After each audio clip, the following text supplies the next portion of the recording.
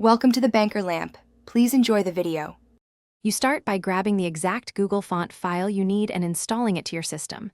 You don't need extra plugins, just pick the TTF or OT file and install it. Windows uses right-click install, Mac OS adds to font book.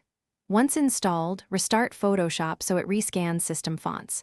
Make sure you install only the family weight you want to avoid duplicates. This step ensures Photoshop will list the font. Otherwise, you'll waste time troubleshooting missing fonts later. Now open Photoshop and create a document with the color profile you need, then choose the Type tool. Click the font dropdown and type the font name to filter results quickly. Photoshop lists installed system fonts. Once the font appears, set size, leading, and tracking. These affect how the font renders, so adjust for legibility. If you don't see it, restart Photoshop or force a font refresh via Preferences under Type. This makes sure the font is active and behaves correctly when you type.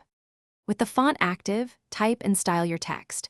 Once satisfied, convert important headings to shapes or rasterize layers before sharing, so recipients don't need the font installed.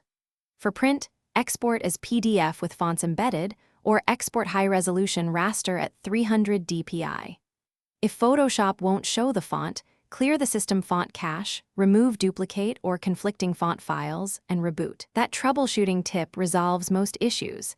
If problems persist, reinstall the font and restart Photoshop one more time. Thanks for watching. If this was helpful, leave a like and consider subscribing. See you next time.